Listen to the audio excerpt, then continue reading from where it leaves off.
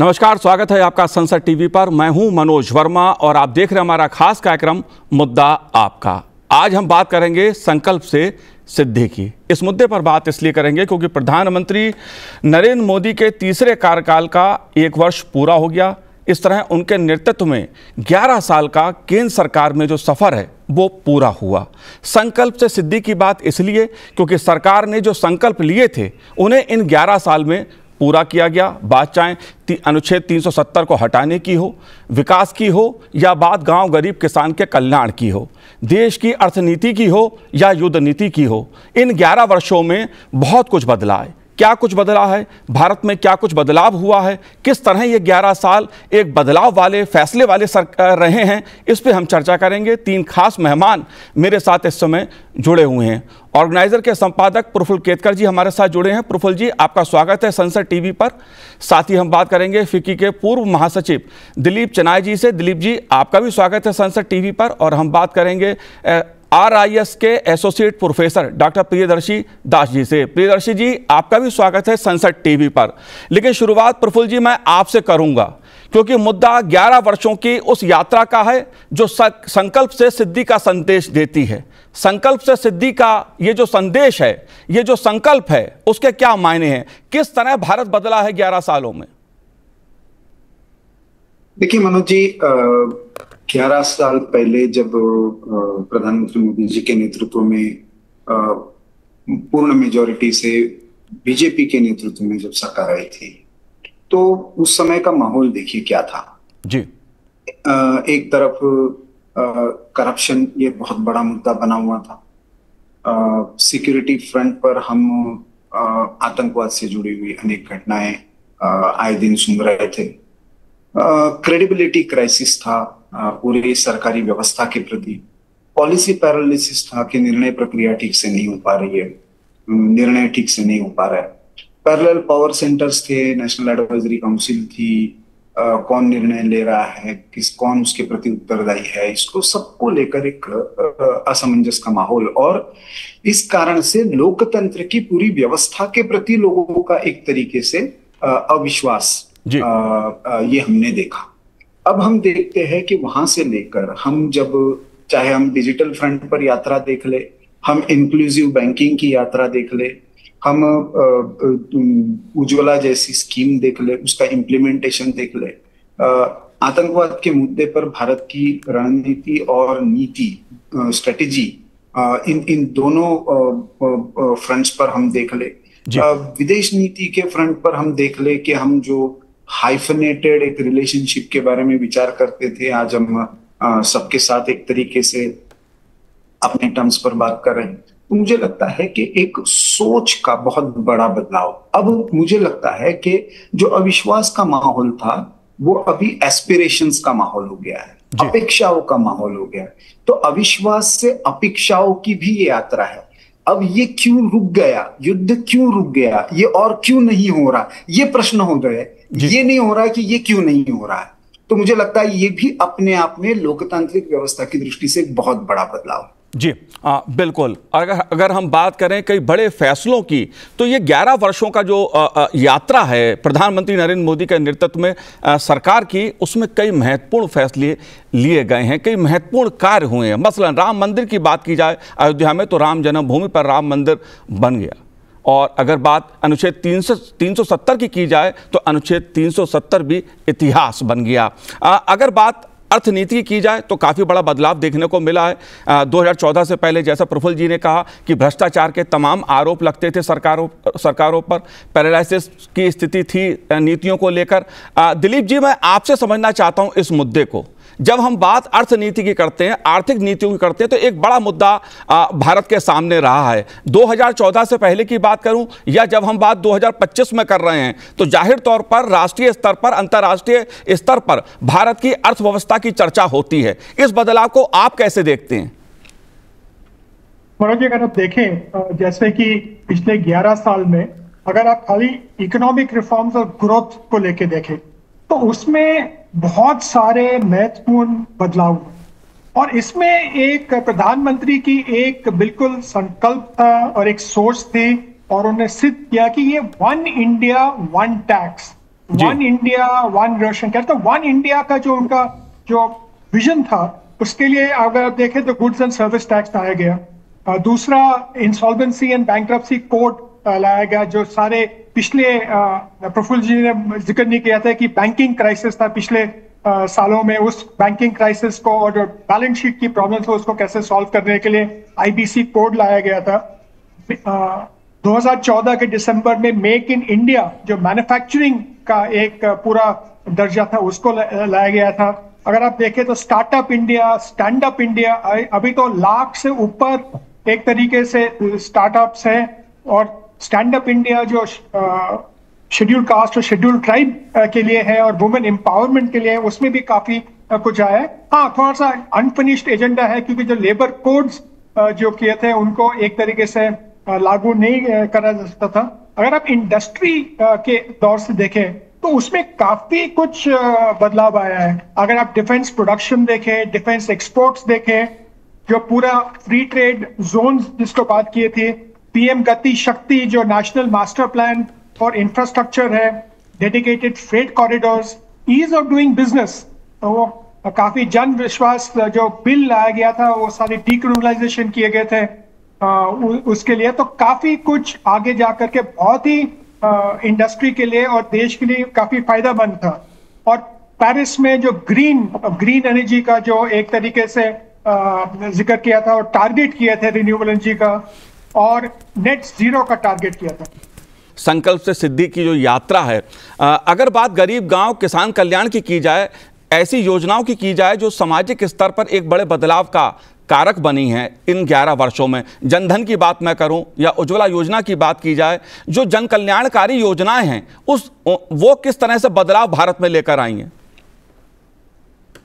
मनोज जी, जैसे मिस्टर चिन्मय ने बताया और प्रफुल्ल जी ने बताया कि जो एक सोच में परिवर्तन हुआ है तो इस गवर्नमेंट के दौरान पिछले 11 साल में, एक तो है कि जो 90s का जो पॉलिटिकल इंस्टेबिलिटी होता था, बार बार सरकारें बदल जाती थी, लोगों का भरोसा टूट गया था कि 19-20 पार्टी का सरकार बनती थी, तो एक तरह से पॉलिटिकल स्टेबिलिटी लाके एक एस्पिरेशन क्रिएट हुआ कि शायद हमारे लिए कुछ होगा, और एक डेवलपमेंट को, इंक्लूसिव और सस्टेनेबल डेवलपमेंट को एक नैरेटिव बना के उसमें जो वल्नरेबिलिटी है, जो पुअर सेक्शंस है, जो वल्नरेबल सेक्शंस है, जो वुमेन है जी, गर्ल चाइल्ड है, उनके ऊपर जो फोकस करके जो स्कीम लाया गया, जैसे अगर आप आंकड़ा देखेंगे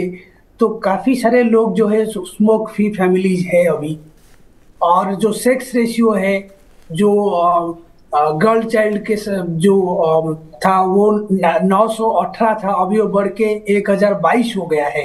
बेटी पढ़ाओ बेटी बचाओ जो स्कीम हुआ, कोविड के दौरान जो काफी सारे जो और सारे जो सोशल सेफ्टी एरिया में जिसमें लग रहा था कि कुछ गैप्स रह गया है, उसको भी और थोड़ा एलोकेशन भी बढ़ाया गया है बजट में, उसको कैसे ज्यादा इफेक्टिव बनाया जाए। तो पूरे जो अगर आप देखेंगे पुअरर सेक्शंस, जो युवा है और जो वुमेन है, उनको एम्पावर करने के लिए काफी सारे प्रोग्राम्स इम्प्लीमेंट किया गया है, और उसके वजह से जो आप जो ट्रांसफॉर्मेशन अभी देख रहे हैं, जो पॉजिटिविटी आया है जो उसको ज्यादा और कैटलिस्ट प्रोवाइड किया है हमारा जो डिजिटल इंडिया का स्कीम सब है।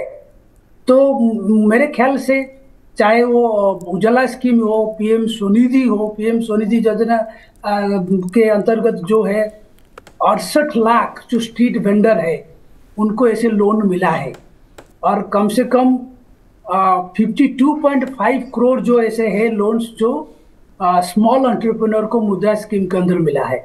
तो ये जो नंबर आप सुन रहे हैं, ये अपने आप बोलता है कि कैसे वो जो पिछड़े वर्गों है उनको कैसे मेन स्ट्रीम में जोड़ने का कोशिश लगातार चलता रहा है इस सरकार के अंदर।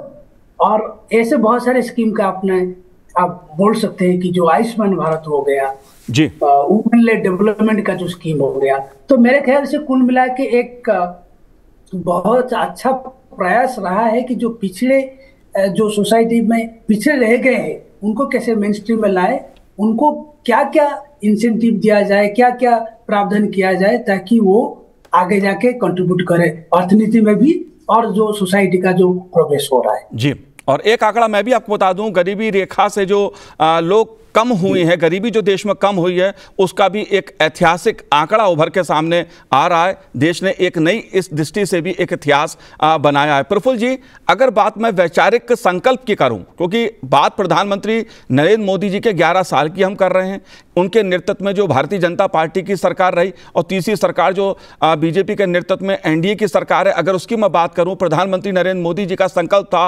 अयोध्या में राम जन्मभूमि पर मंदिर बने, भाजपा का संकल्प था मंदिर बने, 370 हटे, अनुच्छेद 370 हटे, और मुझे लगता है कि इन 11 वर्षों में ये जो कार्य हुआ है, इसको आप कैसे देखते हैं?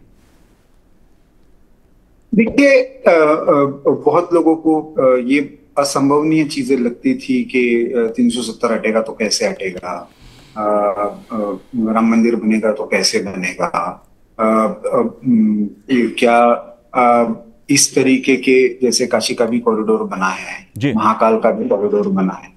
तो बेसिकली कल्चरल रिसर्जेंस को लेकर इस गवर्नमेंट की जो कमिटमेंट रही है, क्योंकि जब तक सांस्कृतिक पुनरुत्थान नहीं होता है तब तक आर्थिक विकास भी नहीं होता है। अभी तक ये दो चीजें अलग अलग करके देखी जा रही थी, लेकिन भारत का सांस्कृतिक पुनरुत्थान होता है तो भारत के लोगों का अपने आप पर विश्वास बढ़ता है, और जब लोगों का, सर्वसामान्य लोगों का अपने आप पर विश्वास बढ़ता है तो उसका प्रतिबिंब आर्थिक क्षेत्र में भी दिखता है, राजनीतिक क्षेत्र में भी दिखता है, उसके साथ साथ वो तकनीकी के क्षेत्र में हो, सुरक्षा के क्षेत्र में हो, इसमें भी बहुत बड़ा परिवर्तन देखता है। हम नॉर्थ ईस्ट इसका एक बहुत बड़ा उदाहरण है।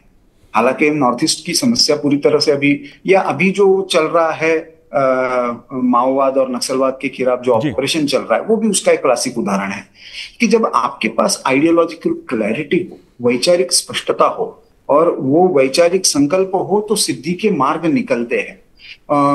वो मार्ग निकालने के लिए जो एक प्रतिबद्धता चाहिए होती है, एक आइडियोलॉजिकल कमिटमेंट चाहिए होती है, मुझे लगता है प्रधानमंत्री जी के नेतृत्व के कारण इस सरकार को वो क्लैरिटी निश्चित तौर पर मिली और उसका परिणाम नीतियों में दिखा।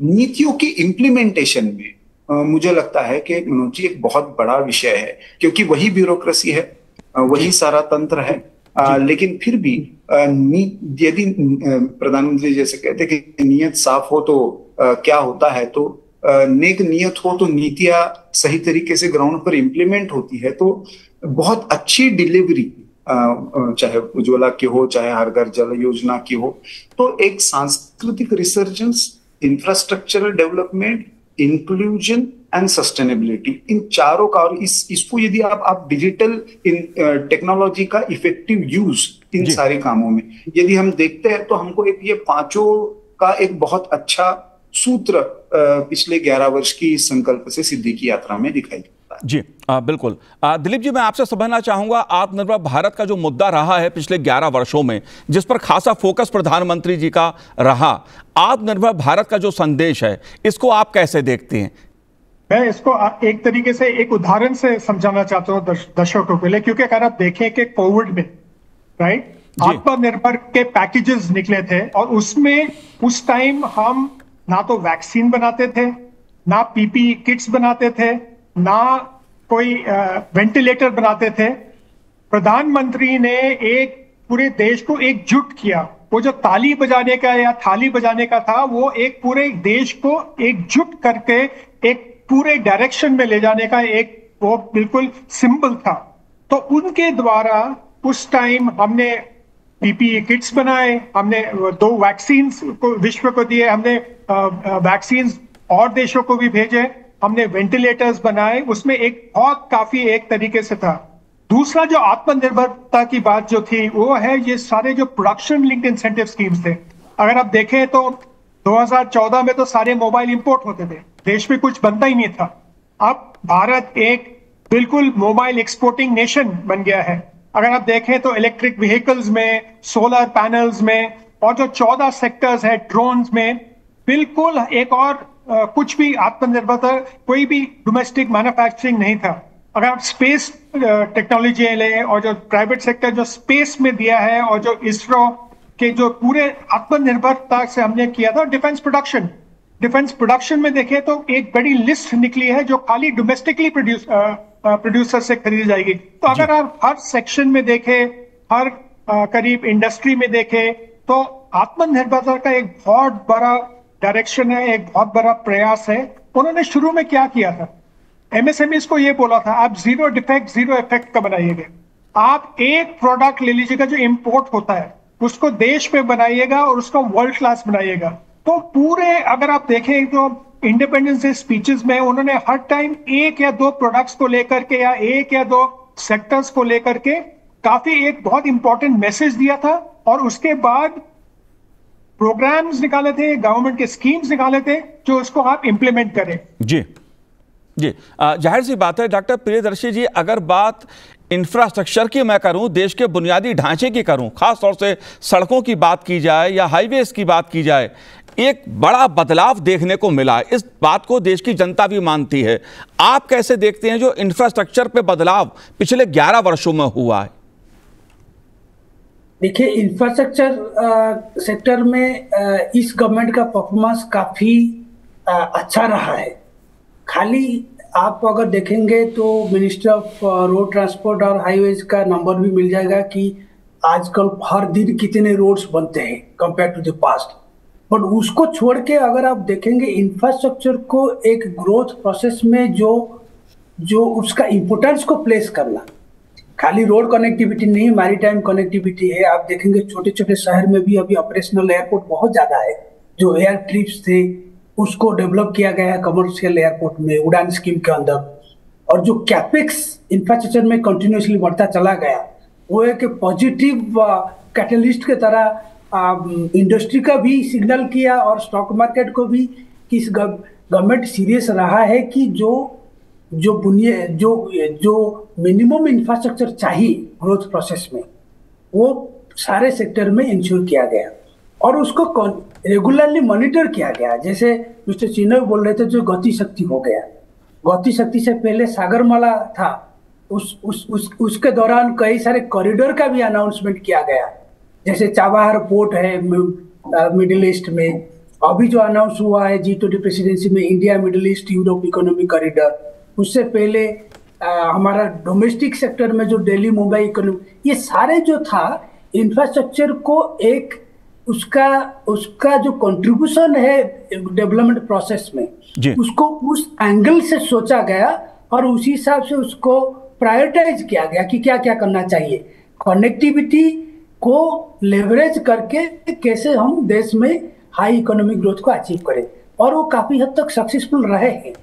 अभी जो भी आप आंकड़ा देखेंगे इंफ्रास्ट्रक्चर का सारे सेक्टर्स जो भी है, अगर आप खाली एनर्जी देखेंगे जो हमारा उसमें उपलब्धियां रहा है, जो सोलर एनर्जी का इंस्टॉल कैपेसिटी है, जो हमने नेट जीरो में कमिटमेंट किए हैं, हम इंडिया G20 का पहला कंट्री है जो काफी सारे एनर्जी रिलेटेड कमिटमेंट को अचीव किया है। तो पूरे अगर देखेंगे डिजिटल में तो आपको पता ही है कि UPI में हमारा क्या सक्सेस, उसका पीछे जो ऑप्टिकल फाइबर है, मैंने गवर्नमेंट का खुद का आंकड़ा देख रहा था कि जो ऑप्टिकल फाइबर नेटवर्क ग्राम पंचायत में अभी आया है वो भी काफी इम्प्रेसिव है। जो तो इंफ्रास्ट्रक्चर में तो मैं बोलूँगा कि पिछले 10-11 साल में जो काम हुआ है वो बहुत अच्छा है, और वो आगे के लिए एक फाउंडेशन बना दिया है। जो न्यू इंडिया और डेवलप्ड इंडिया का हम लोगों ने जो सोच रखे हैं, उसके लिए एक बहुत बड़ा बिल्डिंग ब्लॉक ऑफ फाउंडेशन बन गया है देश में। जी, जाहिर सी बात है, देश में चाहे हाईवे का निर्माण हो या बात सड़कों के निर्माण की जाए या दूसरी जो बुनियादी ढांचे के हिसाब से, इंफ्रास्ट्रक्चर के हिसाब से जो प्रोजेक्ट्स पिछले 11 साल में शुरू हुए और पूरे हुए, उसने देश के विकास को एक गति देने का काम किया। मैं आपसे जानना चाहूंगा इस मुद्दे को दिलीप जी, कि जो आतंकवाद का मुद्दा है, एक बड़ा मुद्दा रहा है, आप कैसे इसमें बदलाव देखते हैं? आप अगर देखें और पिछले 11 साल में देश भर में एक तो है जो आतंकवाद का जो घटनाएं हुए हैं वो बहुत ही कम हुए हैं और बहुत ही स्पोरेडिक हुए हैं। और अगर आप देखें तो नॉर्थ ईस्ट में, या अगर आप नक्सल एरिया में देखें, तो नक्सल एरिया में पिछले 11 साल में एक स्पेसिफिक एक्शन प्लान बनाया गया है जिसमें उसको टारगेट किया जा रहा है, और एक तरीके से एक संकल्प लिया है कि अगले 2 या 3 साल में ये जो प्रॉब्लम है, नक्सलवाद की प्रॉब्लम, एक तरह से खत्म हो जाएगी। ये प्रधानमंत्री ने भी कहा था, और हाल ही में होम मिनिस्टर अमित शाह जी ने भी ये कहा था कि ये होगा। नॉर्थ ईस्ट में जो था उसमें भी काफी बदलाव हुआ है। अनफॉर्चुनेटली 1 या 2 स्टेट्स में अंतर्राष्ट्रीय और इंटर ग्रुप्स की, एक मणिपुर में खास तौर के, और उसमें थोड़े प्रॉब्लम्स हुए हैं। लेकिन आतंकवाद की एक जो घटनाएं है वो बहुत ही कम हुई है, और जैसे भी हुए उनको एक तरीके से संभाला गया है और तुरंत एक्शन लिया गया है।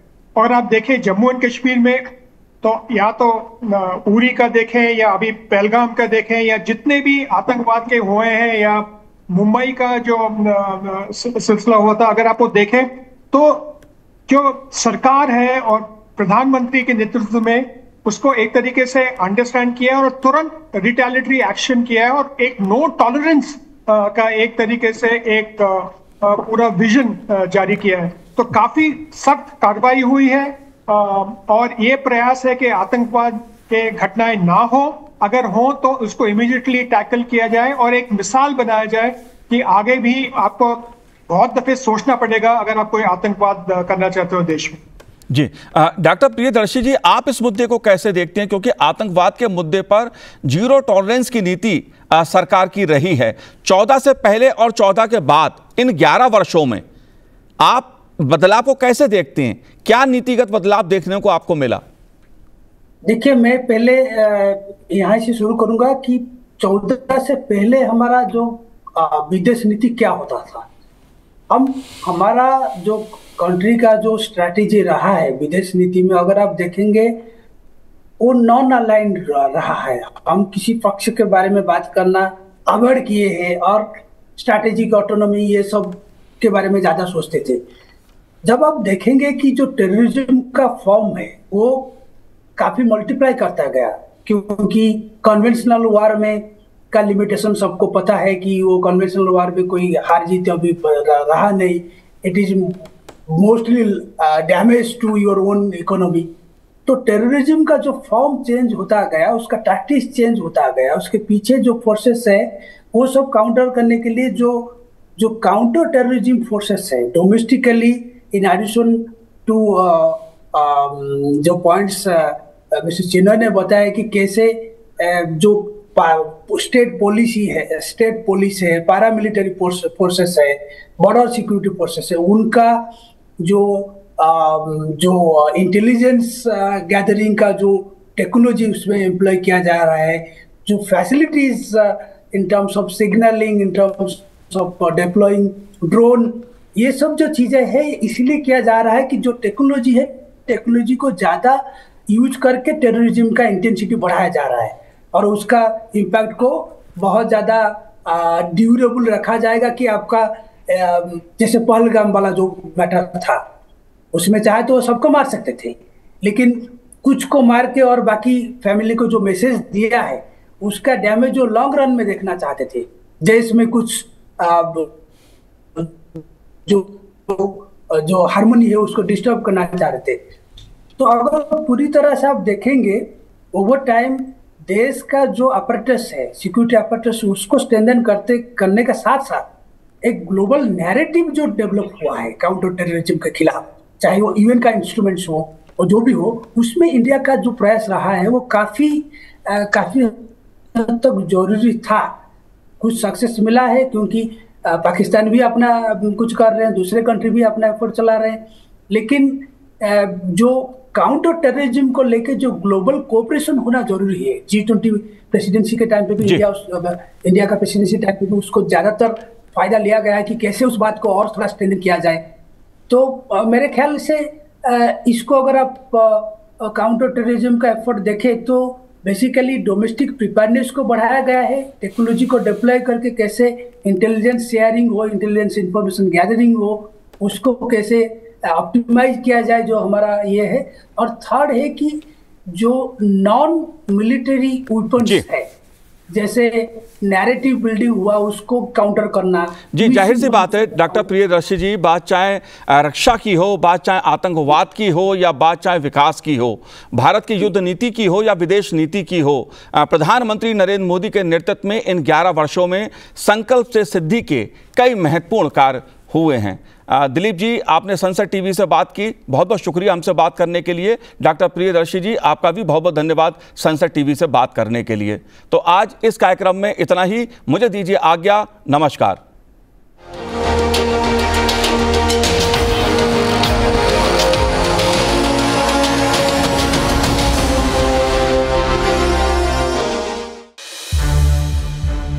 संसद टीवी के और भी प्रोग्राम्स देखने के लिए सब्सक्राइब करें हमारा YouTube चैनल और हाँ, इन्हें लाइक और शेयर करना ना भूलें।